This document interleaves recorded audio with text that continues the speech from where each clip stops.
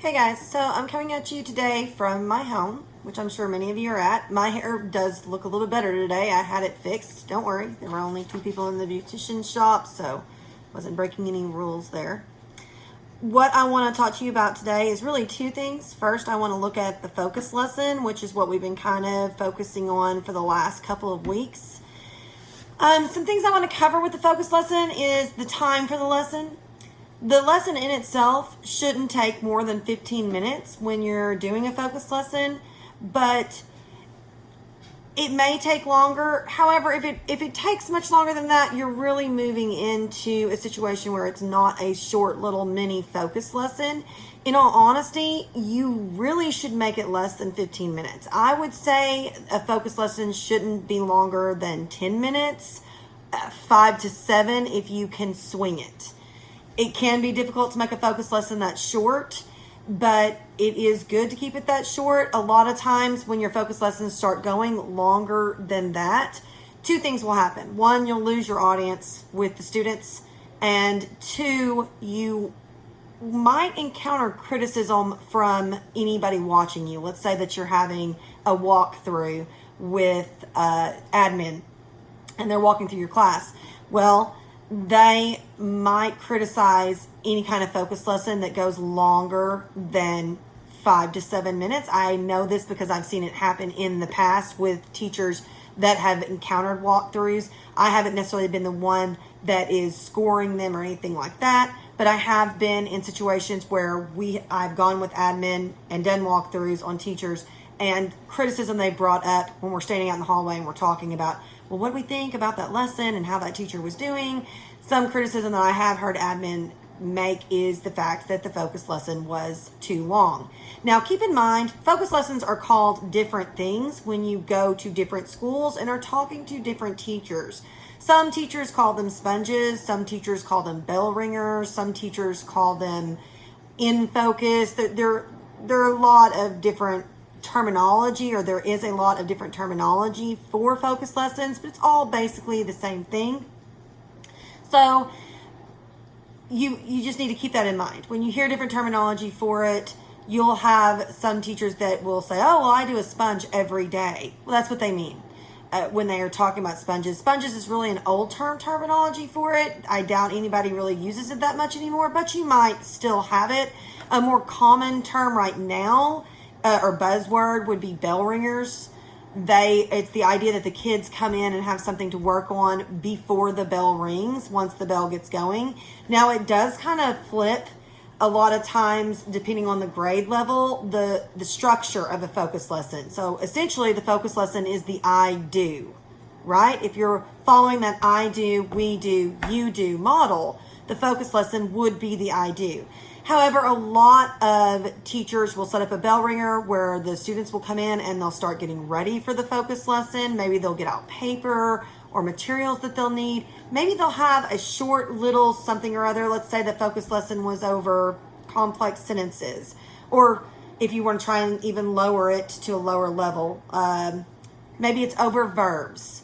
So they might have a short little sentence on the board that asks the students about the verb, or where the verb is in the sentence. And then essentially what you do is you have the students go ahead and do it, and then you talk with them about it. This is not something that you would give them a grade for. This is something that you are letting them experience how much they know as they go into the situation. So maybe they go into it and they realize they don't know where the verb is. Well, you allow them that opportunity, if you do it this way, to either make a guess and feel comfortable making a guess because they know they're not going to be punished with it, or you might even go so far as to allow them to say, I don't know where the verb is. I don't know what the verb is in that sentence. I am not sure. Either way, you have feedback from the students first, and then you break into that whole explanation of I do. You demonstrate for them and show them where the verb is and how you found it and how they can find it in the future. Now, I personally like to do bell ringers, I would say 3 times a week. Sometimes more, depending on the situation. Obviously, with elementary level, it would be a little bit different. You might not want to have a focus lesson every day, but I do think that the kids need to have a certain amount of time, multiple times a week, where the teacher is giving them solid feedback and practicing things with them. Now, this doesn't mean that you have to stand up in front of them and lecture, because that is the whole idea behind the focus lesson. The new trend is to get away from, well, what I'm doing right now, the super long lecture. That's the new trend. I'll try and make this shorter to stick into that trend. But that is the new idea, is to try and get away from the super long lecture. And that is the purpose of the focus lesson being shorter. However, you will have some administrators that want to see a focus lesson every day. You will encounter that. Now, obviously, it depends on your district. So it's possible that some of you may not encounter that, but I have seen that in administration before, where they expect to see a focus lesson, a bell ringer, something that initially starts the kids, that comes directly from the teacher. You've got to think, when admin comes into your room and they're doing walkthroughs, you want them to see you working with the kids and you spending time with the kids and all that good stuff. Otherwise, you definitely will take criticism on that part. Now, obviously, they'll come through and they won't necessarily see it every single time. If they're having their little independent writing time, you might not be working with every single kid. You may be working with this kid over here or Johnny over there, while Sally and Ava are working on their writing on their own. But they still see that interaction, and they do still want to see, a lot of times at this point anyway in education, administrators do still want to see that whole class presentation where it's not long, but it is definitely, you address the class and you spend time and you give them a purpose about what you're doing that day. I think the purpose and the objective is probably the biggest thing as far as getting that across in the focus lesson. So with that being said, what I would like for you guys to do with this week is to watch the videos of there's several teachers on there. One is for blackout poetry. I think the other one is for nonfiction writing, but they essentially have focus lessons. I want you to notice the time discrepancies. Do they stick to that 15 minutes that's recommended, or do they go longer? Do they go shorter? Is it really a focus lesson, or is it more of a completely whole class lesson? Do we want to go all to focus lessons, or do we want to have some days of whole class instruction? Those are kinds of things that I want to see you guys discussing on Blackboard. Another thing that I wanted to talk about today, besides the focus lesson, which of course I definitely want to see you guys talking about, is also, I'm going to say it, the coronavirus. So I know at this point everybody is probably tired of hearing about or talking about the coronavirus. But I do think that it is something in our situation that we need to talk about in regards to, how is this affecting schools? How is this affecting education? Yes, I know that the kids aren't going to school, but there's a bigger picture to it too. How is this going to change education for the future? So a lot of your smaller schools, say Hartsbluff, I'll use that as an example because my youngest child goes there. She's out till April the 10th, I think. And Mount Pleasant's out to April the 13th. So take Hartsbluff. Hartsbluff is a one-to-one campus. So them setting up a situation where they can teach the kids online is really fairly simple for them. There's not a lot of logistics that are going to go into it. And for the most part, their demographic allows them to have a more online learning base and it still be okay. However, if you take a school like Mount Pleasant, one of the things that we are having to address that's been a serious issue, and we're trying to come up with a bunch of different ways to solve it, is the fact that we are not a one-to-one district. We're probably not even a 10-to-1 district.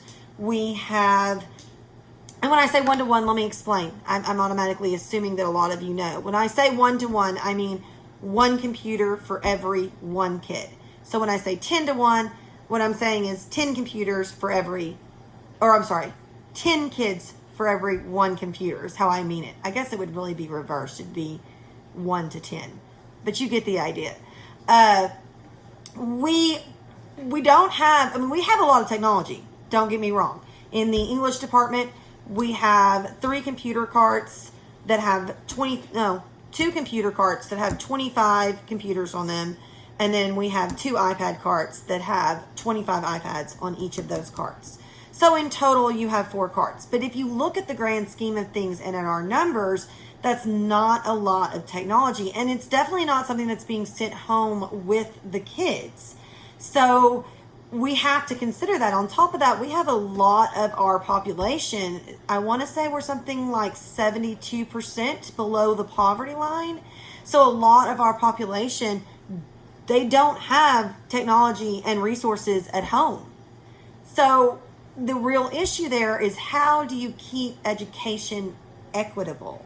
And when I say equitable, in public education, every student by law has to be allotted the same educational opportunities and the same educational instructor, teaching, resources, all of that stuff. That's how you keep it equitable. And it is literally a law in the state of Texas. It's the reason why you have special ed. They are considered to be at a disadvantage to begin with, so they're allowed certain extras, if you will, or modifications, that's a better word, modifications to their educational system and their educational program in place, so that they actually have an equitable education in light of their peers that are not have that same, or do not have those same disabilities. So how do you keep it equitable? How do you manage to have an online system when not all of the kids can access it? What are the answers to that? If we can't have an online system, what do? What's your alternative in a situation like this? And while this is a rare situation, and it's not hopefully something that we'll see again soon, it's definitely something that we need to take into consideration for our future. Should all schools do away with books and spend all of that money on technology? Because that's definitely a possibility. Just completely, we're looking at that at Mount Pleasant this year. But even then, that wouldn't necessarily make it a one-to-one school district. That would make it more of, you would have the technology within the classroom, but not necessarily something that they could take home with. I've even had some, I won't say who, but I've had some teachers talk about, well, we can't give technology to these kids because they'll just tear it up. Is that really how we should be looking at this situation? How do we handle it? Basically, that's the other thing I'd like to see you guys discuss on the discussion board. So one would be, of course, your focus lessons. Look at those videos, go through them, talk about them. What are those teachers doing that are good? What are they not doing? Remember that you want to create your best practices list, because you will still have those in your portfolios. Obviously, I'm aware that everyone's best practices list will now vary, but hopefully you can come up with some general ideas that are the same through the discussion board. And then the other thing I want you to consider, of course, is the coronavirus. How has it changed education? And has it changed it for the better? Is this a permanent thing? Should we make it a permanent thing? Just basically talk about what we can do. Okay, guys. Well, I hope that y'all are enjoying time with your family. And I try not to make this longer than 15 minutes. We're right at 13 right now. So trying to stick to that focus lesson situation without lecturing forever.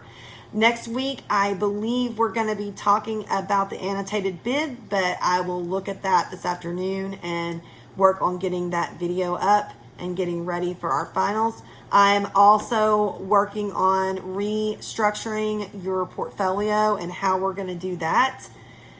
I'm not real sure. I'm not sure. I may have a situation where you guys turn it into Texas A&M up there, drop them off. I don't know if I'm going to be allowed to do that, but I'm going to check and see so that I can grade them in person. If not, I may have to do away with the portfolio altogether. I've just got to look into the logistics of it. I've never done one online. So anyway, I hope you're all doing well, and I will see you next week.